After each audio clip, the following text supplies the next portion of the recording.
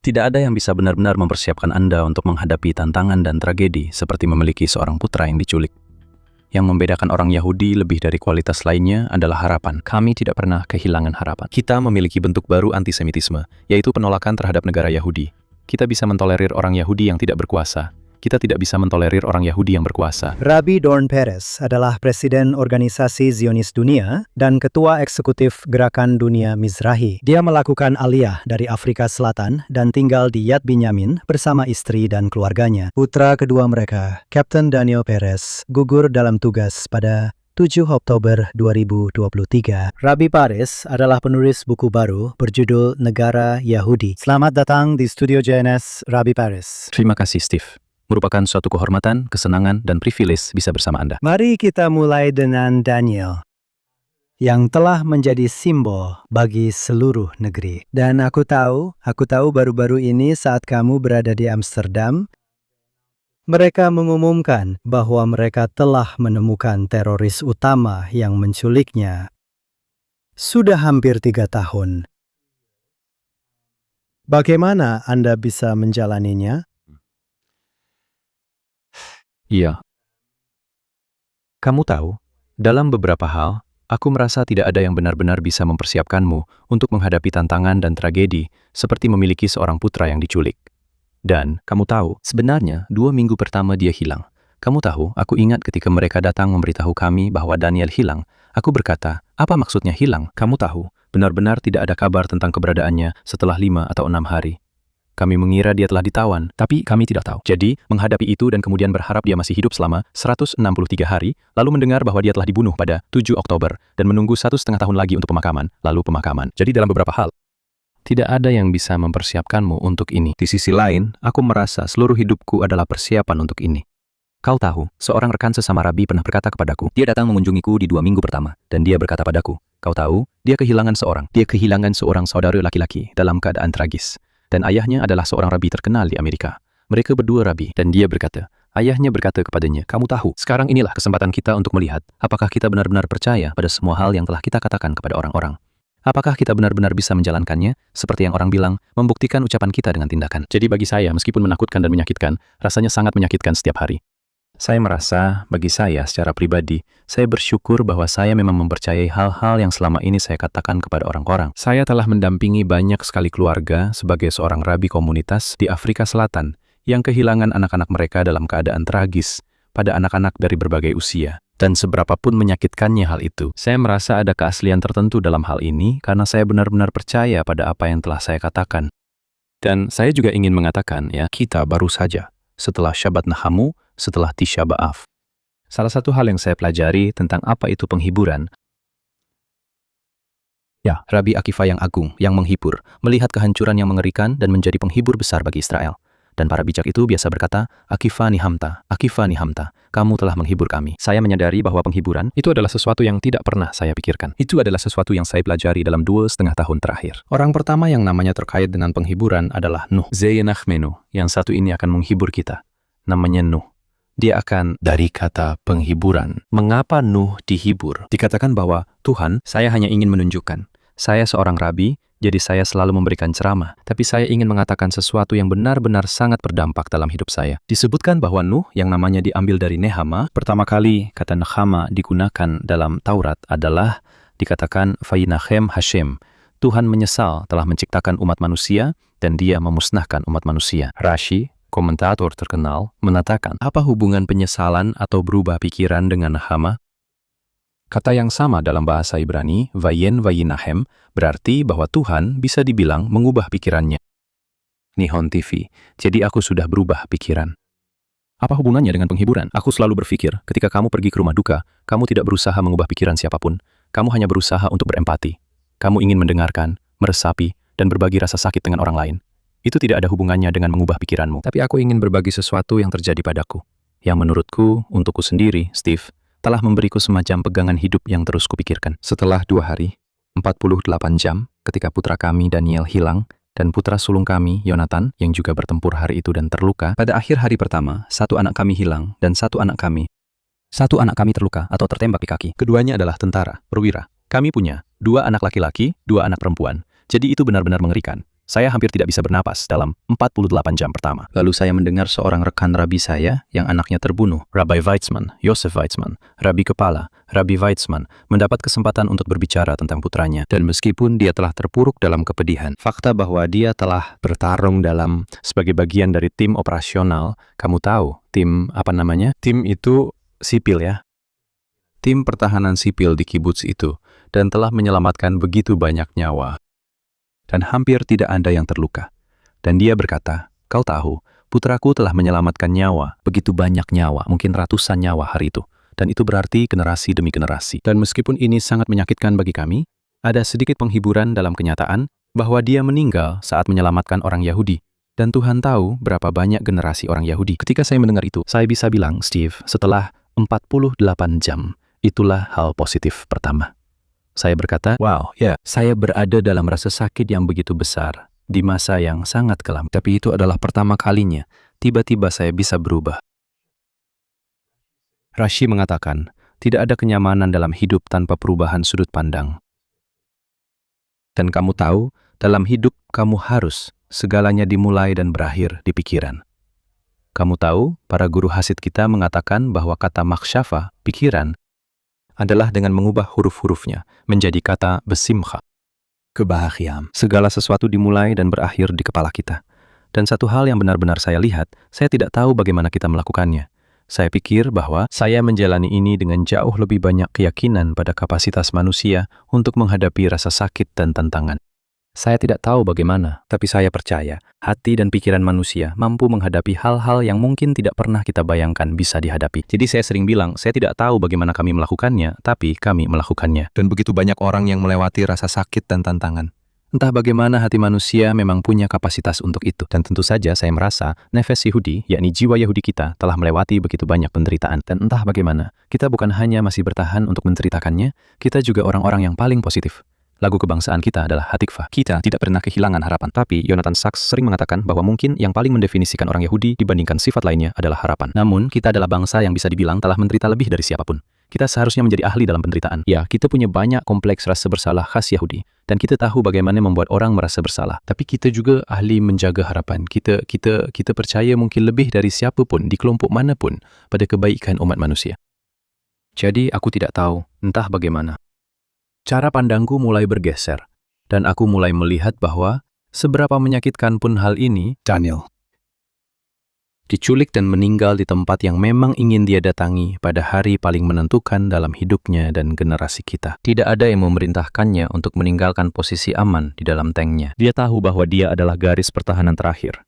Dia dan krunya, Kepala Komando Selatan, Sang Jenderal, mengatakan, memberitahuku bahwa pada Shiva kedua, jika tank Daniel tidak berada di tempatnya dan tidak bertempur seperti yang dilakukan, ratusan orang lagi akan terbunuh. Dan di tengah semua kepedihan itu, ada kesadaran bahwa dia mengorbankan nyawanya bukan hanya untuk melindungi sebanyak mungkin orang Yahudi, tetapi juga menyelamatkan ratusan orang Yahudi untuk generasi-generasi mendatang. Itu tidak mengembalikannya dan tidak mengurangi intensitas rasa sakit ketika seseorang merasakannya. Tapi yang pasti, bagi saya, ada makna tertentu di dalamnya. Saya pernah berkata pada diri sendiri seperti ini, dan ini adalah proses berpikir saya sendiri. Anda tahu, terakhir kali saya berdoa di samping Daniel dan Yonatan, kedua putra kami yang keduanya adalah perwira di militer. Itu saat Rosh Hashanah pada Yom Kippur. Mereka berdua sedang bertugas di militer. Hari pertama Sukkot, Daniel bersama kami. Hari terakhir Sukkot, Yonatan bersama kami. Jadi, benar-benar terakhir kali kedua putra kami berdoa bersama saya adalah saat Rosh Hashanah. Saat itulah kami percaya bahwa telah ditetapkan bahwa itu akan menjadi Rosh Hashanah terakhir dalam hidupnya. Dalam doa Unatana Onetani Tokif itu, yang merupakan doa yang sangat mengiris hati dan menyakitkan. Saya berpikir dalam hati, Steve, jika saya bisa menerima bahwa untuk alasan apapun yang tidak bisa saya pahami, bahwa ini akan menjadi Rosh Hashanah terakhir Daniel, dan dia akan meninggal dengan cara seperti itu. Jika saya bisa menerima gezeira, keputusan yang sangat-sangat sulit, itu yang akan kami derita seumur hidup kami, jika saya bisa menerima itu. Sejak saat itu, Tuhan telah memberikan kami sebuah rahmat. Berapa banyak orang yang meninggal karena penyakit yang menyakitkan, kecelakaan, dan penderitaan, Bukan hanya Daniel tidak menderita, justru kami yang menderita saat menunggunya. Dia tidak menderita. Dia menyelamatkan begitu banyak nyawa pada hari paling menentukan di generasi ini. Jadi sejauh menyangkut makna, kematian yang berdampak. Wah, sungguh, saya melihat orang-orang menderita seolah mereka nyaris sendirian dalam penderitaan mereka dengan cara yang benar-benar membuatmu harus mencari makna. Di sini, di dalam rasa sakit yang mengerikan ini, ada makna dan tujuan yang begitu tersirat. Jadi semua ini tidak akan mengembalikan putra kita. Dan tidak ada dari kita yang, dalam momen kehilangan, kerinduan, dan rasa sakit itu, bisa mengurangi intensitasnya. Tapi, sebagai mekanisme penanggulangan secara umum, cara seseorang memandang sesuatu, seperti yang dilakukan Rabbi Akiva, Nehemtani, ketika semua orang di sekitarnya melihat kehancuran, dia melihat kehancuran. Tetapi dia juga melihatnya sebagai bagian dari proses pembangunan yang lebih besar. Jadi menurut saya, banyak dari ketahanan itu ada di hati dan di pikiran. Dan seseorang harus menggali lebih dalam. Dan kita menggali lebih dalam setiap hari. Dan saya benar-benar percaya bahwa kita memiliki kapasitas untuk menghadapi hal-hal yang sangat menantang yang kita hadapi. Kita sedang melewati masa yang sangat menantang saat ini. Seperti yang Anda tahu, baik di Israel maupun di dunia Yahudi, dengan meningkatnya antisemitisme. Zionisme telah menjadi istilah yang dianggap buruk. Mereka memanggil kami Zio, yang katanya adalah istilah yang sangat buruk untuk orang-orang yang pro-Israel. Dan Anda telah menulis buku baru, Negara Yahudi, dan pada dasarnya Anda berpendapat bahwa kita perlu melakukan rebranding terhadap Zionisme. Bagaimana caranya? Memang, sebenarnya, buku ini sebenarnya ditulis sebelum 7 Oktober. Ya, Jadi ini relatif baru. Buku ini sebenarnya diterjemahkan ke dalam bahasa Ibrani dan Spanyol setelah 7 Oktober. Jadi ini adalah hal-hal yang sudah lama saya yakini dengan kuat. Dan sekarang, dalam peran saya sebagai Presiden Organisasi Ilmu Pengetahuan Dunia, ada platform dan kesempatan untuk mewujudkannya. Sudah cukup lama, kita tahu bahwa ujung tombak antisemitisme di generasi kita sudah tidak lagi seperti 2000 tahun terakhir, ini tidak lagi ditujukan kepada Yudaisme seperti pada masa Inkuisisi dan Perang Salib. Kamu bisa menjadi seorang Yahudi yang baik. Kamu hanya tidak boleh percaya pada Yudaisme. Kamu harus pindah agama dan mempercayai hal-hal yang berbeda. Dari Hitler hingga Haman. Kami juga mengalami jenis antisemitisme yang berbeda. Bukan tentang Yudaisme, tapi tentang orang Yahudi. Kamu tidak bisa menjadi bagian dari bangsa Yahudi. Jangan sampai terjadi. Satu-satunya Yahudi yang baik adalah Yahudi yang sudah mati. Haman sampai Hitler. Tidak ada penebusan. Jika kamu seorang Yahudi, ini adalah masalah ras. Ini berkaitan dengan identitasmu. Tidak ada penebusan dari hal itu. Melawan identitas kebangsaan Yahudi, melawan agama Yahudi. Kita memiliki bentuk baru, antisemitisme baru. Itulah yang saya bahas dalam buku ini berdasarkan pada akar sejarah dan spiritual, yang buktinya berasal dari ribuan tahun yang lalu, yaitu penentangan terhadap kenegaraan Yahudi. Kami tidak menentang orang-orang Yahudi. Kami tidak menentang agama Yahudi. Kami hanya menentang Zionisme. Kami menentang berdirinya negara Yahudi. Kami bisa mentolerir orang Yahudi yang tak berdaya. Kami tidak bisa mentolerir orang Yahudi yang berkuasa. Karena baik di zaman Haman maupun Hitler, juga di masa pembuangan kami tidak memiliki perlindungan berupa negara, tentara, dan kedaulatan. Dan oleh karena itu, orang Yahudi tidak berdaya, dan orang bisa dengan mudah, semoga tidak terjadi, menyingkirkan mereka seperti, kolom kelima atau sebagai, kamu tahu, orang luar secara agama. Sekarang kita sudah berkuasa, kita punya negara dan pemerintahan sendiri, ini hanya berubah dari Yahudi yang tak berdaya menjadi Yahudi yang berkuasa. Amos Oz terkenal pernah berkata. Dia berkata bahwa ketika orang Yahudi berada di Jerman pada tahun 1935, semua orang adalah manusia. Para antisemit mengangkat plakat bertuliskan, Yahudi keluar dari Jerman, pergi ke Palestina. Kami tidak ingin kalian berada di sini. Sekarang orang Yahudi keluar dari Palestina, kembali ke Jerman. Kami tidak ingin kalian berada di Palestina. Dia bilang karena mereka memang tidak ingin orang Yahudi ada di sana. Jika saya punya pilihan untuk menghadapi antisemitisme tanpa negara sebagai orang Yahudi yang tidak berdaya, mengembara, dan tanpa negara, saya pasti akan memilih generasi ini, di mana, syukurlah, kita memiliki 7 juta orang Yahudi yang tinggal di Israel. Berkah besar ini, seberapapun para penentang kita ingin mengubahnya menjadi kutukan, betapa besar berkah yang telah dibawa bangsa Yahudi ke dunia melalui berdirinya negara Yahudi. Saya percaya bahwa dalam tantangan terbesar kita, terdapat peluang terbesar. Dari Parasha Balak, Bil'am, kita tahu bahwa strategi Balak, Raja Balak dalam kitab Bilangan, strateginya adalah merangkai narasi kutukan terhadap berkat bangsa Yahudi. membawa penyihir besar untuk mengutuk Bilam. Biarkan dia melihat semua yang dilakukan bangsa Yahudi dan mengubah setiap potensi berkat menjadi kutukan. Itulah yang ingin dilakukan oleh para antisemit di generasi kita.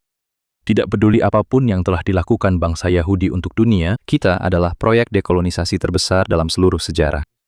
Orang-orang telah tersebar di seluruh dunia.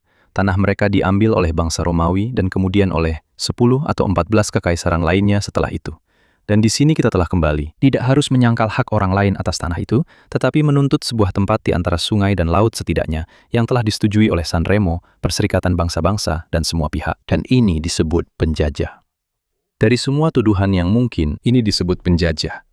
Itu hal yang akan kalian katakan tentang kami.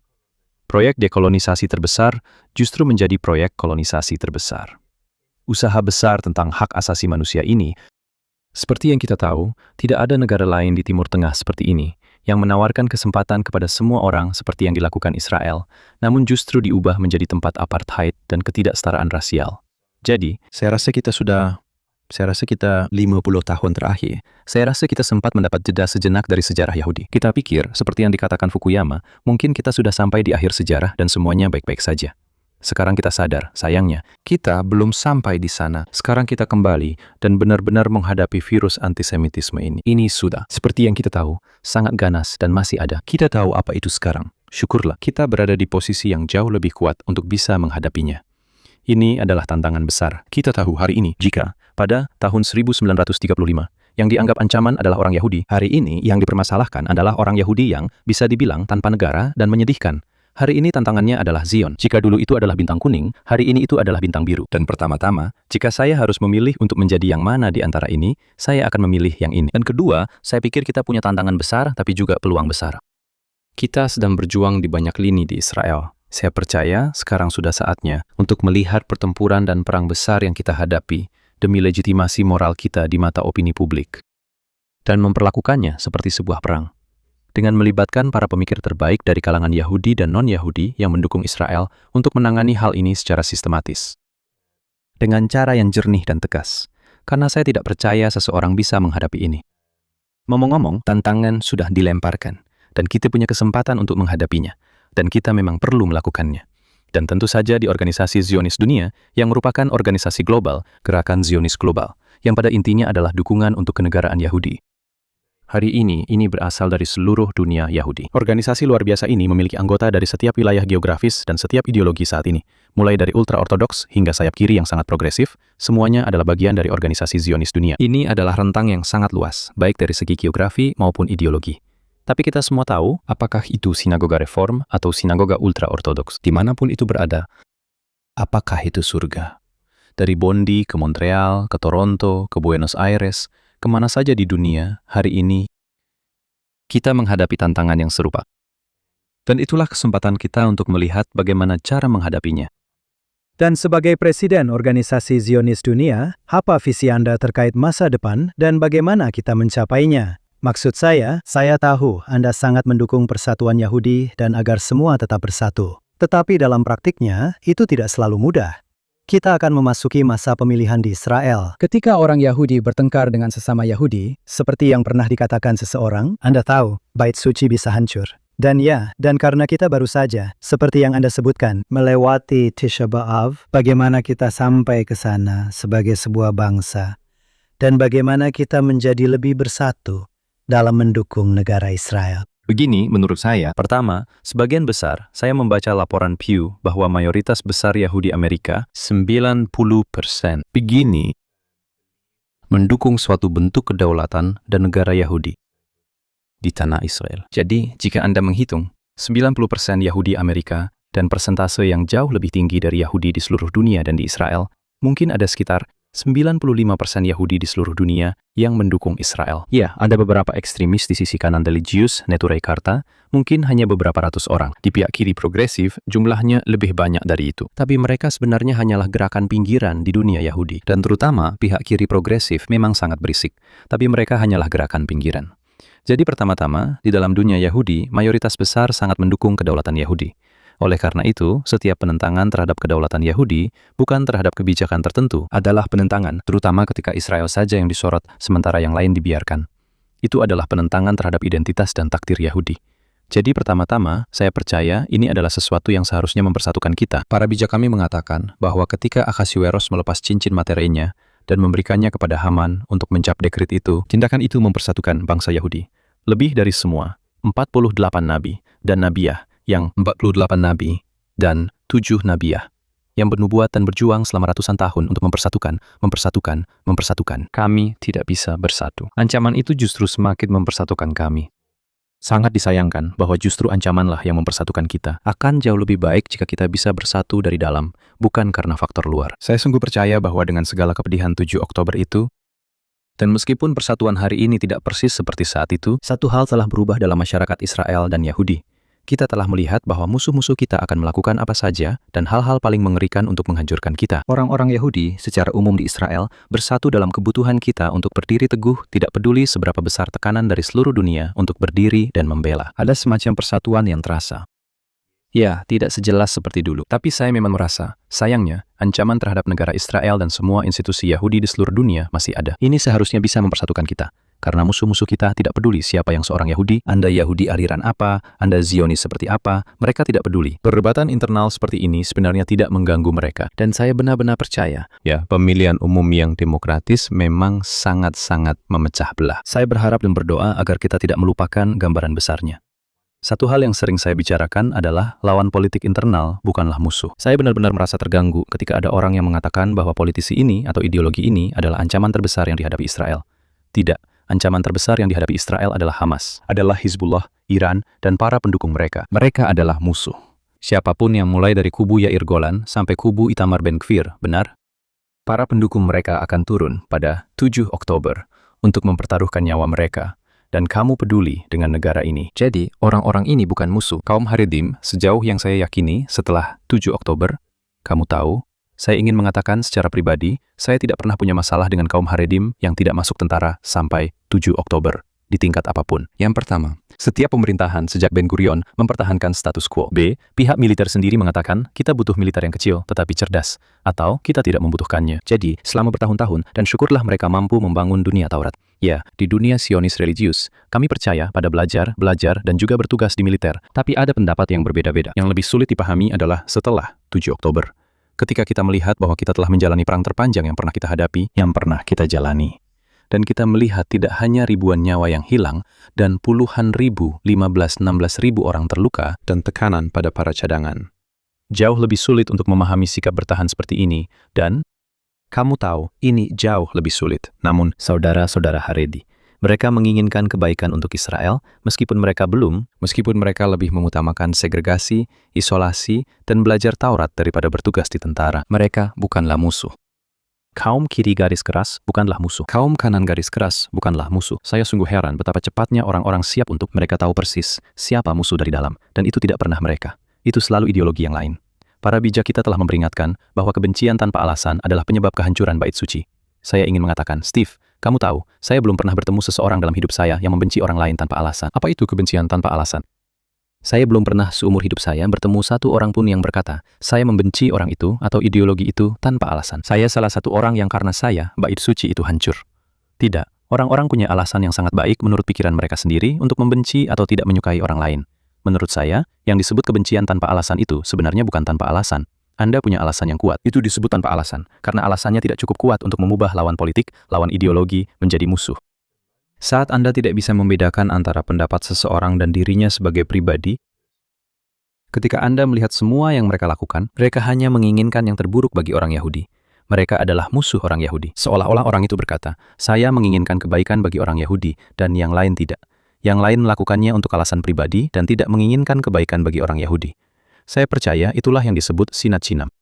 Karena mendelegitimasi orang lain berdasarkan ideologi mereka, menurut saya, tidak berdasar. Itu tidak berdasar. Kamu tahu, kita sering bilang dalam sepak bola, baru saja ada Piala Dunia, dan dalam olahraga, mainkan bolanya, bukan orangnya. Jangan melanggar pemain, kejar bolanya. Dan jika kamu melakukan pelanggaran pada pemain, kamu akan dikeluarkan dari permainan. Aturan perilaku yang sopan adalah lawan ideologinya, bukan orangnya. Dan saya percaya, inilah tantangan kita. Jika ini mudah, Steve, maka kita akan berada di posisi yang berbeda. Tapi, saya masih percaya bahwa setelah 7 Oktober, itu berbeda dengan sebelumnya. Dan saya berharap serta berdoa bahwa kita tidak akan membutuhkan. Kita semua menghadapi ancaman ini hari ini, dan sudah sepatutnya bagi kita semua untuk mundur sejenak dan melihat gambaran besarnya. Saya akan mengatakan satu hal lagi. Saya percaya Israel lebih besar daripada politisi manapun. Kamu tahu, Amit Segal punya buku di mana dia mengatakan bahwa semua orang yang pernah menjadi Perdana Menteri, yang sedang menjadi Perdana Menteri, yang ingin menjadi Perdana Menteri, mereka semua berpikir bahwa hanya mereka yang bisa menyelesaikan masalah Israel. Kamu tahu, saya selalu bilang, tidak ada yang bisa menggantikan Nabi Musa. Siapa yang bisa menggantikan Musa? Tidak pernah ada orang seperti Musa. Tapi kau tahu apa? Yosua menggantikannya. Dan kau tahu apa? Bangsa Yahudi lebih besar dari satu pemimpin manapun dan satu partai manapun. Ini soal keyakinan. Dan kadang-kadang saya pikir kita punya sindrom di mana setiap orang berdebat seolah-olah mereka adalah anugerah Tuhan untuk masa depan. Israel akan baik-baik saja. Dan orang-orang Yahudi akan baik-baik saja. Karena orang-orang Yahudi dan negara Israel lebih besar daripada satu individu, tidak peduli seberapa hebat masing-masing orang menganggap dirinya. Saya berharap dan berdoa agar kewarasan akan menang dan kita akan memiliki pemerintahan persatuan nasional Zionis. Saya pikir dalam situasi seperti ini, itulah yang harus kita miliki. Tanpa berkata, saya tidak mau berkoalisi dengan pihak ini atau pihak itu. Dan tanpa mendelegitimasi ideologi lain. Semua orang yang ingin memikul beban dan tanggung jawab untuk membela Israel dan masa depan Israel. Dalam wadah yang seluas mungkin. Saya benar-benar berharap dan berdoa. Saya sering mengatakan bahwa kita, Anda tahu, semua orang membicarakan tentang. Mereka membicarakan tentang, dalam bahasa Ibrani, sebuah memshalah yamin al-maleh. Kanan, al-maleh berarti penuh, atau mereka berbicara tentang memshalit shinui, perubahan. Saya percaya, yang kita butuhkan adalah memshalit ripui. Kita benar-benar butuh. Kita butuh penyembuhan. Kita butuh penyembuhan. Saya akan mengucapkan kalimat lain. Orang-orang sering berkata, saya mengucapkan ini di pemakaman kedua Daniel. Saya berkata, semua orang membicarakannya saat itu dan masih sampai hari ini. Seperti apa hari setelahnya di Gaza? Seperti apa hari setelahnya di Gaza? Saya berkata begini, sebenarnya tidak terlalu penting seperti apa hari setelahnya di Gaza. Seperti apa hari setelahnya di Israel. Dan jika kita bisa menyelesaikan itu, kita akan menemukan solusi untuk Gaza. Dan jika kita tidak bisa menyelesaikannya di sini, kita tidak akan pernah sepakat tentang apapun. Tentu saja tidak ada solusi di sana. Dan tentu saja, saya tidak naif. Proses pemilihan memang memecah belah, dan semua orang harus mengakomodasi basis pendukung mereka. Tapi pada saat yang sama, kita telah mendapat peringatan terburuk pada 7 Oktober. Musuh-musuh kita benar-benar tidak peduli siapa yang berkuasa. Dan mereka juga tidak peduli apakah seseorang Yahudi dari kelompok ini atau kelompok itu. Kita benar-benar harus melihat. Kita harus bersatu dan memperbaiki diri. Dan tidak pernah ada hal buruk yang terjadi ketika orang Yahudi bersatu. Kau tahu, kemenangan terbesar dalam sejarah Israel, Perang 6 Hari, terjadi bersamaan dengan pemerintahan Persatuan Nasional pertama antara orang Yahudi yang saling membenci. Ben Gurion membenci Menachem Begin. Dia tidak tahan dengannya. Dia tidak pernah menyebut namanya. Dia hanya menyebutnya sebagai, kamu tahu, anggota Knesset yang duduk di sebelah. Dia benar-benar membencinya. Dan Begin yang menyarankan bahwa Ben Gurion harus dilibatkan kembali dan dibentuk pemerintahan Persatuan Nasional. Ketika kami bersatu dan bangsa Yahudi, musuh bebuyutan, mampu duduk bersama. Sesuatu terjadi dalam 6 hari. Mukjizat terjadi pada bangsa Yahudi ketika kita bersatu. Ketika kita tidak bersatu, semuanya jadi jauh lebih sulit. Aku benar-benar berharap kita bisa bersatu. Baiklah, dan saat kita mendekati akhir wawancara, mari kita bicarakan tentang peranmu di World Mizrachi, di mana kamu juga telah melakukan cukup banyak perubahan. Jadi, World Mizrachi benar-benar merupakan gerakan Zionis religius dunia, di mana aku menjabat sebagai ketua. Ini memberiku sebuah kesempatan. Aku tidak akan berada di posisiku di organisasi Zionis dunia jika aku belum pernah menjadi ketua World Mizrachi. Dan yang telah kami coba lakukan selama bertahun-tahun adalah, kau tahu, menurutku Zionisme religius itu adalah, kau tahu, aku akan katakan apa yang membimbingku, baik dalam peran ini maupun dalam peranku di organisasi Zionis dunia. Inilah ideologinya. Itu adalah Dr. Yosef Burg, yang merupakan ketua Partai Mizrachi di Israel bertahun-tahun yang lalu. Dia pernah ditanya beberapa dekade yang lalu, dan saya sangat suka cerita ini. Dia ditanya oleh seorang jurnalis. Dia berkata, Dr. Burg, dalam rumusan Zionisme religius sebagai sebuah ideologi, apa itu? Atau datilumi? Mana yang lebih penting? Nasional atau religius? Apakah nasional atau religius? Apakah religius atau Zionis? Apa yang coba dilakukan oleh penanya adalah menjebaknya untuk mengatakan, jika Anda mengatakan religius lebih penting karena kita adalah Yahudi yang berpegang pada Taurat dan jadi itu agama, maka judulnya akan menjadi Yahudi Zionis Religius Mizrahi. Zionis kelas 2 karena agama yang diutamakan. Jika Anda mengatakan Zionisme yang diutamakan, maka judulnya akan menjadi kelas 2. Kamu tahu, orang Yahudi religius, Zionisme yang utama. Jadi dia berpikir dalam hati, dia berkata dengan cemerlang, dia berkata, dalam persamaan Zionisme religius, apa bagian terpenting dari frasa ini? Dia berkata, tanda hubung yang menyatukan mereka. Dan bagi saya, ini tentang memadukan Yudaisme yang berlandaskan Taurat, nasionalisme Yahudi, dan Zionisme, dan melihat bagaimana mereka bisa bekerja sama. Ini selalu menjadi kemitraan bagi kami, sebuah upaya yang luar biasa. Salah satu hal utama yang kami fokuskan di Mizrahi adalah program Gap Year di Israel.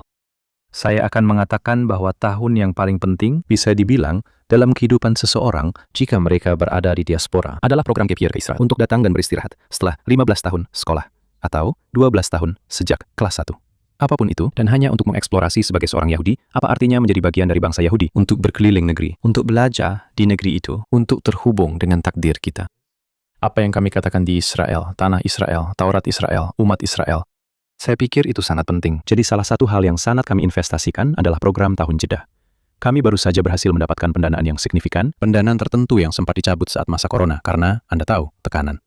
Kami berhasil mengembalikannya. Kami telah berinvestasi besar-besaran. Banyak anak-anak yang biasanya pergi ke sini untuk tahun jeda akan kembali ke keluarga mereka untuk Pesah. Mereka terjebak di sini karena perang dengan Iran. Dan kami berinvestasi besar-besaran untuk memastikan mereka memiliki program yang luar biasa setelah Pesah. Singkatnya, berinvestasi dalam program yang akan membangun masa depan para pemimpin muda kita. Dan baik itu di organisasi Zionis dunia untuk semua Zionis Yahudi, atau di Israeli untuk para Zionis religius ortodoks modern kita, intinya sama, tetapi disesuaikan dengan tiap ideologi. Bagaimana kita bisa membangun generasi Yahudi yang bangga? Meskipun faktanya kita diserang karena kita adalah Zionis, untuk menerima tantangan ini, untuk bersikap teguh. Saya bilang kita butuh orang Yahudi yang berani. Saya selalu bilang putra saya gugur di Halos. Kata Oz berarti keberanian. Bahwa kita seharusnya seperti yang dikatakan Kanameris dalam Pirkei Avot, kita seharusnya berani seperti macan tutul. Kita perlu orang Yahudi yang berani dan tegas, tapi bukan yang kurang ajar. Ada perbedaan antara menjadi apa yang disebut azut metzach, menjadi kurang ajar, sombong, dan terlalu percaya diri bukanlah cara untuk mendapatkan pengaruh dan memengaruhi orang lain. Bahkan jika kamu benar, kamu harus benar, tapi dengan cara yang rendah hati dan tidak sombong. Jadi, menurut saya, kita perlu membina satu generasi, terutama jika kamu sedang berada di bawah ancaman sekarang, yang terdiri dari orang-orang Yahudi yang berani, dari orang Yahudi yang pemberani, di kampus-kampus di seluruh dunia, dan di perbatasan Israel. Bukan dengan sikap kurang ajar atau sombong, tapi dengan percaya diri dan berpendirian teguh. Dan meyakini keadilan dari perjuangan kita, mengartikulasikannya dengan jelas, menghormati orang lain, tapi tahu bagaimana berargumen, dan bagaimana membela apa yang menjadi milik kita. Dan kita punya tantangan, kita tidak pernah menghindar dari tantangan. Rav Doron, selalu menyenangkan mendengar Anda berbicara. Terima kasih banyak telah datang ke JNS News Hub dan kami mendoakan yang terbaik untuk Anda. Terima kasih banyak, Steve, karena telah mengundang saya ke JNS. Terima kasih.